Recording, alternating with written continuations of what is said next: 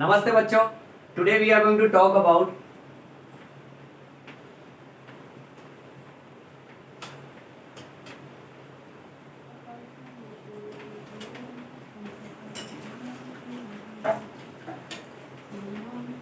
हम बात कर रहे हैं इस चैप्टर की जिसका नाम है यूजफुल एंड हार्मफुल माइक्रोब्स, यानी जो बहुत ही काम में आते हैं और जो बहुत ही हानिकारक माइक्रो ऑर्गेनिजम्स होते हैं वो उसमें से बेटा when we talk about yoyo yeast, जैसे हमारा चैनल का नाम है ना योयो बायो, वैसे ही आज का टॉपिक है योयो यीस्ट, यानी आज के लेक्चर में हम लोग सिर्फ यीस्ट के बारे में बात करने वाले हैं। ओके, पहली बात देखो, इसको ईस्ट मत पढ़ो, ये ऐसा नॉर्थ साउथ वेस्ट ईस्ट वो नहीं है बेटा, इसको यीस्ट बोलेगा। जॉ बाहर आ जाना चाहिए बोलने के टाइम, यीस्ट मस्त है इसका प्रोनाउंसिएशन है।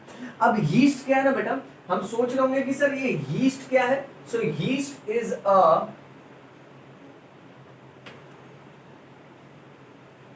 यूनिसेल्युलर फंगस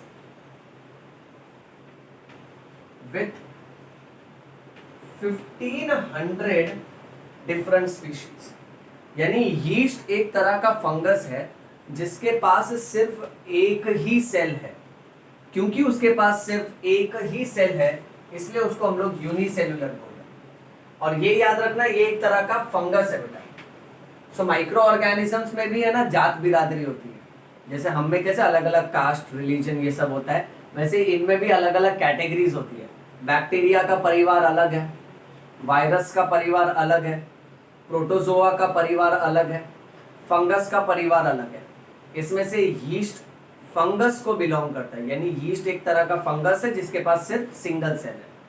बेटा हम शुरू करेंगे एक एक्सपेरिमेंट से जहां हमको एक बॉटल लेना है। Okay, so let us take a bottle और उसमें 1 चम्मच ड्राई यीस्ट पाउडर डालना है बेटा। से बॉटल के नीचे ये जो पाउडर डाला है ये मैंने मार्केट से लाया हुआ ड्राई यीस्ट है बेटा। फिर इसके ऊपर 2 चम्मच क्या डालेंगे, शक्कर, शक्कर नहीं शक्कर, 2 चम्मच शक्कर डालना है। छोड़ो हटाओ, इंग्लिश में 2 चम्मच शुगर डालेंगे।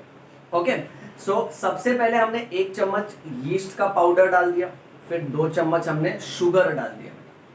फिर ये बॉटल को भर दो पानी से।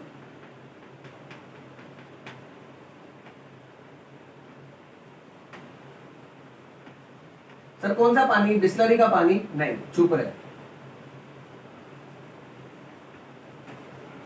ल्यूकवार्म वाटर से, यानी हल्का गर्म, ज्यादा गर्म भी नहीं ज्यादा ठंडा भी नहीं। ओके, ल्यूकवार्म पानी इसमें भर दो बेटा। फिर डेफिनेटली क्या होगा, यीस्ट शुगर के साथ कोई ना कोई तो रिएक्शन करेगा बेटा। अब आगे का एक्सपेरिमेंट ये कहता है, जैसे ही गर्म पानी डाल दोगे ना, फिर इस बॉटल के ऊपर ना एक बलून फिट कर दो, एक बलून लगा दो बॉटल के ऊपर और इसको 10-15 मिनट के बाद ऑब्जर्व करो। तो तुम क्या देखोगे बेटा, तुम ये देखोगे कि वो जो बलून है ना, जो मुरझाया हुआ था, वो बलून अब फूल जाएगा। क्यों फूल जाएगा? क्योंकि जाहिर सी बात है कि यीस्ट ने शुगर के साथ रिएक्ट करके कोई ना कोई गैस बनाया होगा और वो गैस इस बलून में भर गया बेटा, इसके वजह से बलून फूल जाएगा। अब किस तरह का रिएक्शन हुआ होगा, तो यहां हमको ये याद रखना है कि यीस्ट का काम क्या है कि वो शुगर को तोड़ देता है और अल्कोहल बनाता है बेटा, और उसके साथ साथ कौन सा गैस रिलीज करता है, carbon dioxide. So the sugar is converted into alcohol and carbon dioxide by whom? By yeast, and this process is called as fermentation. So इस बॉटल के अंदर हुआ क्या, यीस्ट ने क्या किया, शुगर को तोड़ के अल्कोहल और कार्बन डाइऑक्साइड बनाया। अल्कोहल तो बॉटल में ही रह जाएगा but carbon dioxide gas balloon में जाएगा, इसके वजह से बलून फूल जाता है बेटा। अब हमको ये कंफर्म करना है कि बलून में जो गैस भरा है वो कार्बन डाइऑक्साइड ही है। तो अब हम लोग क्या करेंगे ना, ये बलून जिसमें हवा भरा है, ठीक है, ये बलून को पकड़ लिया और एक बीकर, एक छोटे से ग्लास या फिर ओके, उसमें लाइम वाटर भर देंगे बेटा। लाइम वाटर भरने के बाद बलून में जो गैस है ना, वो गैस को हम लोग छोड़ देंगे उस बीकर के अंदर, उस ग्लास के अंदर। अब एक प्रॉपर्टी याद रखो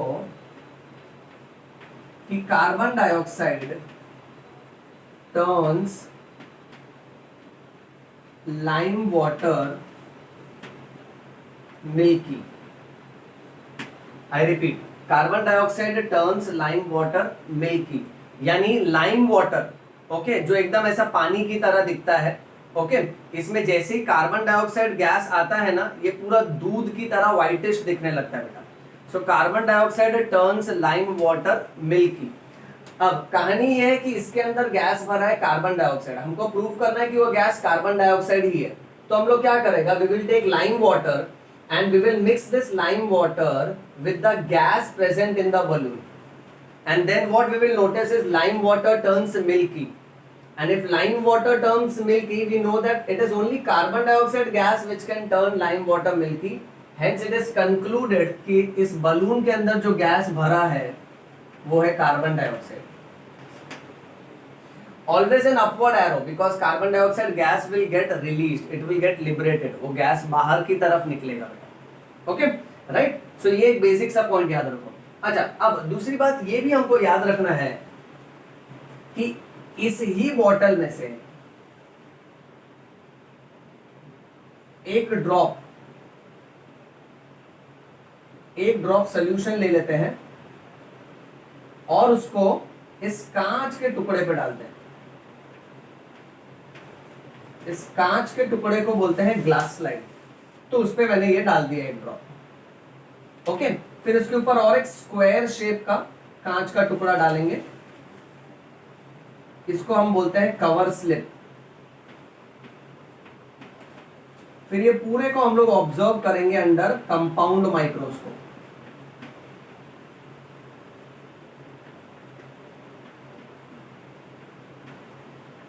तो जब हम लोग इसको कंपाउंड माइक्रोस्कोप में ऑब्जर्व करते हैं बेटा, तो हमको बहुत सारा राउंडेड यीस्ट नजर आएगा और हर यीस्ट अपने आप में यूनिसेल्युलर है। सो हर यीस्ट के पास अपना खुद का एक ही सेल है, उसके अंदर एक ही न्यूक्लियस होता है बेटा। बट कुछ कुछ यीस्ट में देखो क्या पैटर्न नजर आएगा, कुछ कुछ यीस्ट में what you will find is ऐसा स्वेलिंग नजर आएगा, ये उसका न्यूक्लियस ओके। इस स्वेलिंग को हम लोग बोलेंगे बड। सुनते जा ध्यान से बेटा। फिर क्या होता है ना, कुछ समय के बाद ये यीस्ट का जो स्वेलिंग है, ये स्वेलिंग का साइज बढ़ता है बेटा और इसका न्यूक्लियस स्ट्रेच होके दो में टूटने की कोशिश करता है बेटा। और कुछ देर बाद अगर हम लोग इसको ऑब्जर्व करें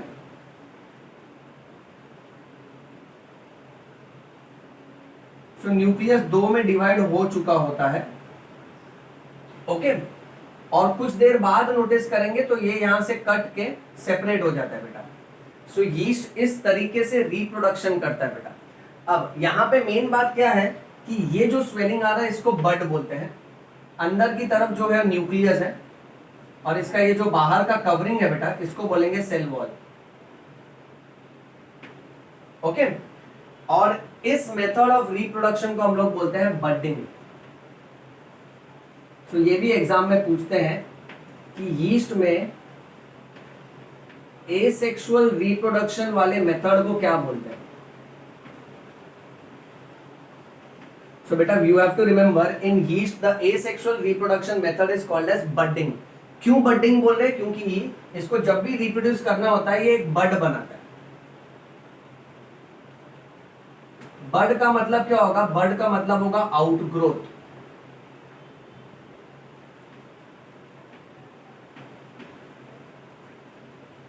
सो बड का मीनिंग इज आउटग्रोथ बेटा okay. So it is like कि एक यीस्ट को छोटा सा पोड़ी आया तो उसने कोई क्रीम, फेयर एंड लवली, कोई लोशन वगैरह नहीं लगाया बेटा, देन फोड़ी बिकम्स फोड़ा, और फिर वो फोड़ा बीच से तोड़ा, तब जाके मल्टीपल छोटा छोटा यीस्ट का बच्चू बनता है बेटा। ये इसका स्टाइल है रिप्रोडक्शन का। सो इस एसेक्सुअल रिप्रोडक्शन को हम बडिंग बोल रहे हैं बिकॉज इसमें जो डॉटर यीस्ट यानी जो बच्चू सेल बनता है ना बेटा, वो बड के वजह से बनता है। ये तुमको याद रखना है। आगे बढ़ते हैं। नेक्स्ट, यीस्ट जो है ना वो एक तरह का हेटेरोट्रॉफिक फंगस है। सो ये हेटेरोट्रॉफिक ऑर्गेनिज्म है। हेटेरोट्रॉफिक ऑर्गेनिज्म वो होते हैं जो अपना खाना खुद नहीं बना पाते बेटा। Okay, autotrophic organisms are those organisms who can prepare their own food, but heterotrophic organisms are organisms which cannot prepare their own food, they are dependent on others for food. अब यीस्ट अपना खाना खुद नहीं बना सकता, तो yeast किस पे डिपेंडेंट है? यीस्ट किस पे ग्रो होता है? So it grows on which compounds? Carbon compounds. ये याद रखना है। So yeast is a heterotrophic organism which grows on carbon compounds. Moving on, coming to this point once again, okay? Yeast में method को budding क्यों बोलते हैं? Because yeast reproduces by growing these tiny swelling which is called as buds. और क्योंकि इसमें buds बनता है इसलिए इसके एसेक्सुअल रिप्रोडक्शन के मेथड को हम लोग बोलते हैं बडिंग। अच्छा, अब इसमें ये वर्ड भी समझ लो बेटा, एसेक्सुअल। एसेक्सुअल रिप्रोडक्शन क्या होता है? जिसमें सिर्फ one parent is involve. Sexual reproduction क्या होता है? जिसमें two parents are involve, male and female. जैसे हमारा जन्म, हम इंसानों में सेक्सुअल रिप्रोडक्शन होता है क्योंकि हमारा जन्म कैसे हुआ? मदर और फादर, मदर का सेल और फादर का सेल कंबाइन हुआ बेटा। ओके, तो हम में सेक्सुअल रिप्रोडक्शन है क्योंकि two sexes, two gender, male female are involve. But यहां देखो, यहां क्या हुआ कि एक ही सेल ने एक बच्चा बाहर की तरफ तोड़ दिया, यानी इसमें only one single parent is involve, तो इनमें मेल फीमेल कुछ नहीं होता है बेटा। ऐसे रिप्रोडक्शन को हम लोग बोलते हैं एसेक्सुअल रिप्रोडक्शन। ये समझा? चलो आगे बढ़ते हैं। फिर यहां तो मैंने अभी अभी सिखाया था तुमको, yeast is a unicellular fungus, उसके पास सिर्फ एक ही सेल है। ओके, और यीस्ट के कितने अलग अलग टाइप्स हैं? उसके 1500 अलग अलग स्पीशीज हैं।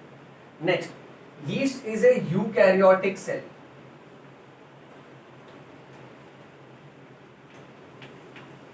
It is a eukaryotic organism. अब eukaryotic organisms कौन होते हैं? eukaryotic organism का मतलब these are well developed organisms. Okay? जो less developed organisms होते हैं ना बेटा, उसको हम लोग prokaryotic बोलते हैं, जैसे कि बैक्टीरिया। तो ये एक एक्स्ट्रा वर्ड यहां लिख के रखता हूं, प्रोकैरियोटिक यानी लेस डेवलप्ड और यूकैरियोटिक यानी वेल डेवलप्ड। अब ये कैसा हो गया? पुराने जमाने का टेलीविजन और आज के जमाने का टेलीविजन। पुराने जमाने का जो टेलीविजन है दैट इज लाइक प्रोकैरियोटिक, आज के जमाने का जो टेलीविजन है दैट इज लाइक यूकैरियोटिक। हालांकि दोनों है तो टेलीविजन ही, यानी प्रोकैरियोटिक और यूकैरियोटिक दोनों है तो सेल ही, राइट? बट इसके फीचर्स ना थोड़े लेस डेवलप्ड है। ओके, और इसके फीचर्स थोड़े एडवांस्ड है बेटा। सो ऐसे याद रखना कि yeast is eukaryotic. Next, alcohol production. Okay, अब अल्कोहल प्रोडक्शन अपने आप में सेपरेट टॉपिक है, यहां हम लोग बात करने वाले हैं अल्कोहल की। हाँ सर, शराब पीना बुरी बात होती है। हाँ बेटा, शराब पीना बुरी बात होती है, तो कैसा है ना, उसका प्रोडक्शन पढ़ना और एग्जाम में अच्छे मार्क्स लाना अच्छी बात है। नाटक मत करो ज्यादा, चुपचाप ध्यान दो, बहुत इंपॉर्टेंट एस्पेक्ट है।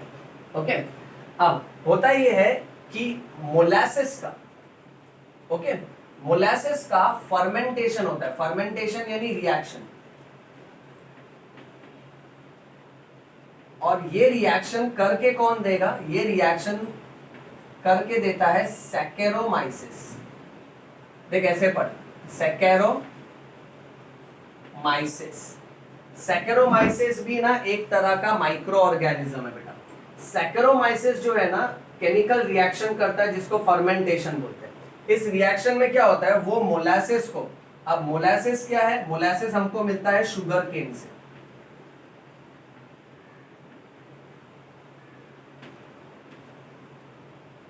शुगर केन हमको मिलता है खेत से, खेत हमको मिलता है, चुप रहे, खेत क्या होता है सबको मालूम है। ओके, अब यहाँ मेन पॉइंट ये है बेटा कि है ना, गन्ने का जूस निकालने के बाद जो कचरा बच जाता है ना, उसको हम मोलासेस बोलते हैं। ओके, सो मोलासेस क्या है ना, शुगर केन से मिलता है बेटा, और इस शुगर केन का जो मोलासेस है उसके अंदर बहुत सारा कार्बोहाइड्रेट्स होता है, so it is rich in carbohydrates.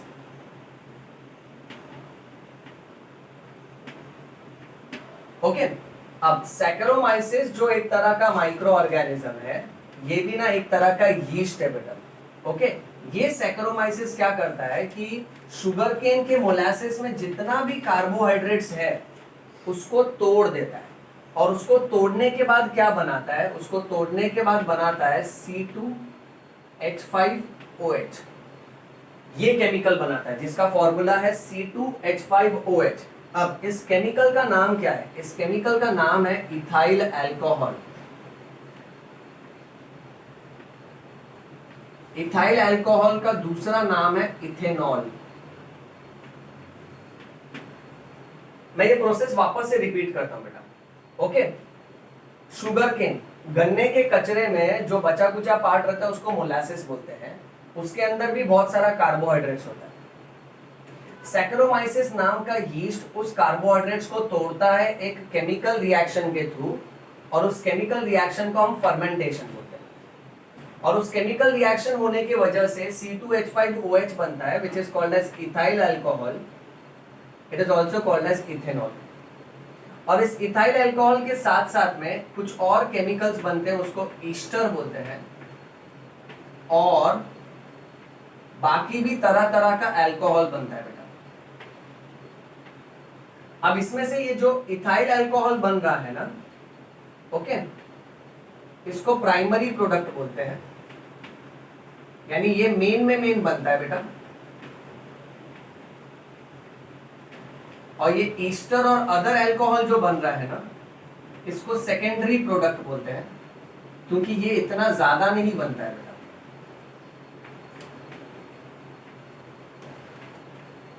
Okay, तो सबसे पहले जो बनता है वो प्राइमरी, उसके बाद थोड़ा बहुत रिएक्शन होने के बाद भी बचा कुचा प्रोडक्ट जो बनता है वो सेकेंडरी। ओके, इस प्रोसेस पे वापस आते हैं। तो अल्कोहल कैसे है ना, इंडस्ट्रीज में बनता कैसे है, अल्कोहल बनता है शुगर केन से। शुगर केन का जो कचरा रहता है उसको मोलासेस बोलते हैं, उस मोलासेस के अंदर कार्बोहाइड्रेट्स बहुत ज्यादा रहता है। सैकरोमाइसिस नाम का यीस्ट उस कार्बोहाइड्रेट्स को तोड़ता है फर्मेंटेशन प्रोसेस के थ्रू, और C2H5OH इथाइल अल्कोहल बनाता है, जिसको इथेनॉल भी बोलते हैं। उसके साथ साथ ईस्टर नाम का कंपाउंड बनाता है और बाकी के अल्कोहल बनाता है, जिसमें से इथाइल अल्कोहल प्राइमरी प्रोडक्ट है और ये दोनों सेकेंडरी प्रोडक्ट है। Spirit and other alcohol is produced from ethanol.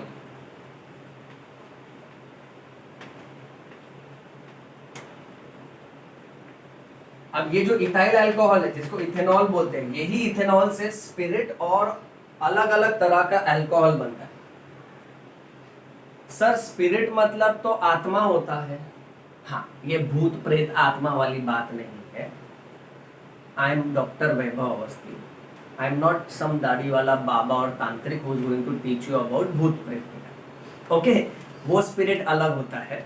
यहाँ स्पिरिट का मतलब, okay, whenever you go to the doctor, doctor injection लगाने से पहले, ओके, कॉटन में से जो लिक्विड तुम्हारे स्किन के ऊपर रब करता है, जिसके वजह से अपने को मस्त ठंडा लगता है बेटा, ओके, वो होता है स्पिरिट, और वो भी एक तरह का अल्कोहल है जो इथेनॉल से ही बनता है बेटा।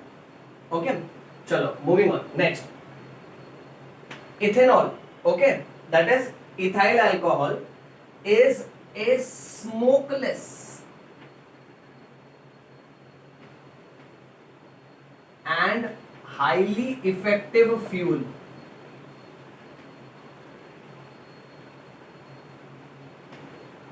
जब हम लोग फ्यूल की बात करते हैं ना, फ्यूल मतलब जो जलाने के काम आ सकता है, जैसे पेट्रोल, डीजल, कोल।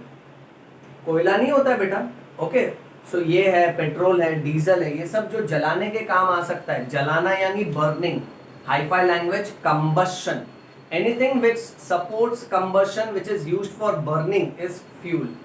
सो इथाइल अल्कोहल भी जलाने के काम आता है, यानी इथाइल अल्कोहल, अल्कोहल में आग लगाएगा ना, दूर हो जाने का, आग पकड़ लेता है वो बेटा। ओके, फिर वो आग तेरे को पकड़ लेता है और फिर तू लंबा रास्ता पकड़ लेता है।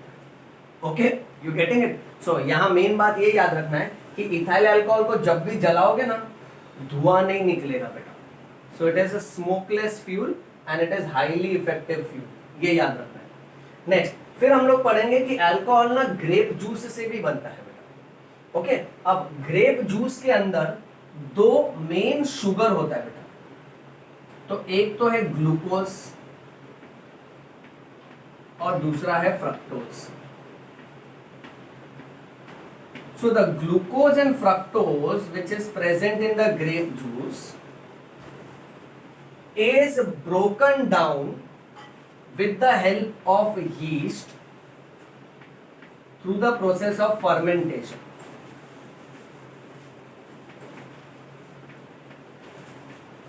So ग्लूकोज और फ्रक्टोज जो कार्बोहाइड्रेट्स है ग्रेप जूस के अंदर, उसको भी यीस्ट फर्मेंटेशन प्रोसेस के थ्रू तोड़ता है और बनाता है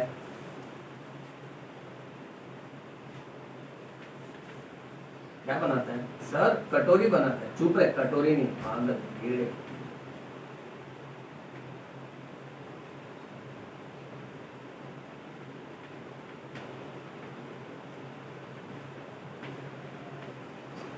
वाइन।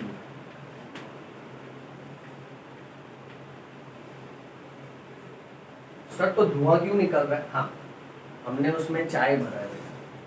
शराब पीना बुरी बात बोला ना तुमको। ओके राइट, सो हमने उसमें चाय भरा है। अब यहाँ मेन पॉइंट ये है कि वाइन कैसे बनता है। सो वाइन बनता है ग्रेप जूस से।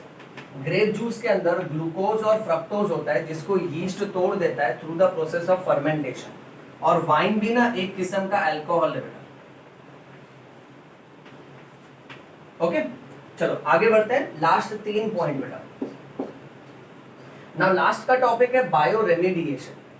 हमारे कुदरत में ना बहुत सारा ऐसा प्रॉब्लम है, ओके, जिसके लिए हमको सोल्यूशन चाहिए। सोल्यूशन यानी हमको उसका रेमेडी चाहिए। रेमेडी यानी रेमेडिएशन। और वो रेमेडी हमको माइक्रो ऑर्गेनिजम्स से ही मिलता है। माइक्रो ऑर्गेनिज्म जीवित होते हैं, जिंदा होते हैं, इसलिए उनको बायो बोलते हैं। यानी कुदरत की किसी भी तकलीफ का सल्यूशन अगर एक माइक्रो ऑर्गेनिज्म दे दे, कुदरत की कोई भी प्रॉब्लम अगर एक माइक्रो ऑर्गेनिज्म सॉल्व करके दे दे, सो ऐसे मेथड को हम बोलते हैं बायो रेमेडिएशन। जहां हम लोग प्रॉब्लम का रेमेडी, प्रॉब्लम का सल्यूशन किसी लिविंग ऑर्गेनिज्म से ढूंढ के निकाल रहे हैं। So that's why this title is bio remediation. अब बायो रेमेडिएशन में सबसे पहली बात हमको ये याद रखना है कि जब भी हम लोग पाम ऑयल एक किस्म का तेल है बेटा। ओके, जब भी हम लोग ये तेल बनाते हैं ना, सो बड़ी बड़ी कंपनी, बड़ी बड़ी इंडस्ट्रीज जब ये तेल बनाती है, सो तेल बनाने के दौरान बहुत सारा पॉइजन और खराब केमिकल निकलता है। बड़े बड़े इंडस्ट्रीज और फैक्ट्रीज में से हैवी मेटल्स और मिनरल्स निकलते हैं, जो अगर ऐसे ही फैक्ट्री बाहर फेंक दे उसको या नदी में बहा दे, सो नदी के पानी के माध्यम से हमारे शरीर तक भी आएगा बेटा। ओके, सो इसके वजह से प्रॉब्लम हो सकता है। अब ये सारे पॉइजन, ये सारे के सारे हैवी मेटल्स और मिनरल्स को कौन रोक सकता है, कौन इसको एब्जॉर्ब कर सकता है? सो एक यीस्ट है जिसका नाम है गैरोविया लाइपोलाइटिका। ओके, गैरोविया लाइपोलाइटिका ये एक तरह का यीस्ट है, यानी एक तरह का फंगस है। और ये फंगस क्या कर सकता है? ये फंगस पाम ऑयल बनाने के टाइम पे जितना भी टॉक्सिन निकलता है और हैवी मेटल्स और मिनरल्स जो निकलते हैं, कहां से निकलते बेटा? अलग अलग इंडस्ट्रीज से निकलते हैं। वो सारे के सारे टॉक्सिन, हेवी मेटल्स और मिनरल्स को ये एब्जॉर्ब कर लेता है। तो सोचो ना, अगर यहाँ एक बड़ा सा इंडस्ट्री है जो पाम ऑयल बना रहा है, फिर यहाँ पे एक और फैक्ट्री है, ओके, सो ये फैक्ट्री से हेवी मेटल्स और मिनरल्स निकल रहा है, इससे पाम ऑयल बनाने के बाद टॉक्सिन निकल रहा है, और ये अगर रिवर वाटर में चले गया, सो रिवर वाटर के अंदर जो अल्टीमेटली तरह तरह के ऑर्गेनिजम्स होंगे, रिवर वाटर से हो जाएगा किसी ना किसी लेक और ओशन में बेटा, सो उसके अंदर के फिश और बाकी के एनिमल्स मारे जाएंगे, और वही पानी घूम फिर के समझो हमको अगर सप्लाई किया गया तो हमारा भी हेल्थ को डैमेज होगा। सो कैसा है ना कि अगर उस पानी में मैंने गैरोविया लाइपोलाइटिका नाम के यीस्ट को छोड़ दिया तो ये सारे के सारे खराब केमिकल और टॉक्सिन्स को एब्जॉर्ब कर लेता है। तो एक पहला पॉइंट याद रखो। दूसरा, कुदरत में एक और प्रॉब्लम है, आर्सेनिक नाम का एक बहुत ही खतरनाक एलिमेंट है। ये अलग अलग इंडस्ट्रीज से अगर निकल के बाहर आ गया, ओके, तो ये हमारे एनवायरनमेंट को पोल्यूट कर देता है, so it is a pollutant. अब ये आर्सेनिक को भी एब्जॉर्ब करने के लिए एक और यीस्ट है जिसका नाम है सैकेरो, यही वाला बेटा, यहां जो हम लोग पढ़े थे ना, सैकेरोमाइसिस सेरेविसेई, सैकेरोमाइसिस, अब इसका पूरा नाम आ रहा है बेटा सेरेविसेई, सैकेरोमाइसिस सेरेविसेई, यहां पर तोड़ो ओ पे, सैकेरोमाइसिस सेरेविसेई। सैकेरोमाइसिस सेरेविसेई किसको एब्जॉर्ब कर लेता है बेटा? एक बहुत ही खराब पोल्यूशन वाले एलिमेंट को एब्जॉर्ब कर लेता है, दैट इज आर्सेनिक। और सैकेरोमाइसिस सेरेविसेई भी एक तरह का क्या है? ये भी एक तरह का यीस्ट है, शॉर्टकट में वाई लिख के रखा बेटा, ओके। लास्ट, कभी कभी कैसा होता है ना, बड़ा बड़ा जो शिप है, ओके, उसमें से ऑयल टैंक फट जाता है, या तो ऑयल टैंक में से ऑयल लीक होने लगता है और पूरा का पूरा पानी में है ना ऑयल छा जाता है।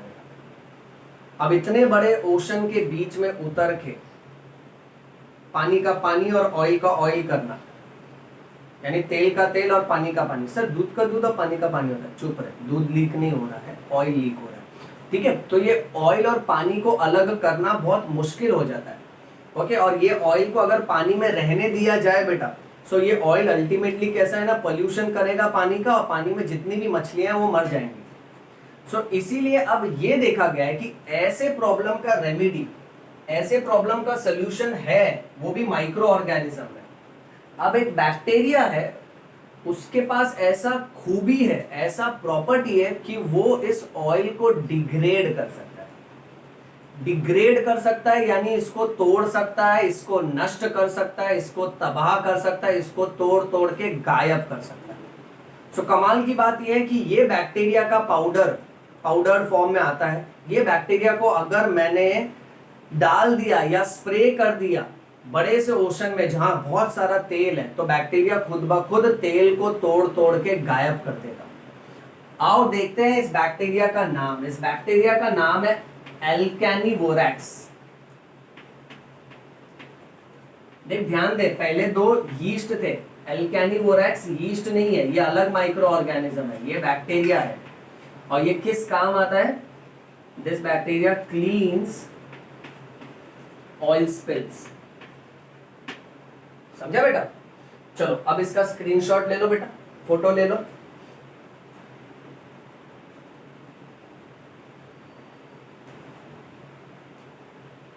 लिया?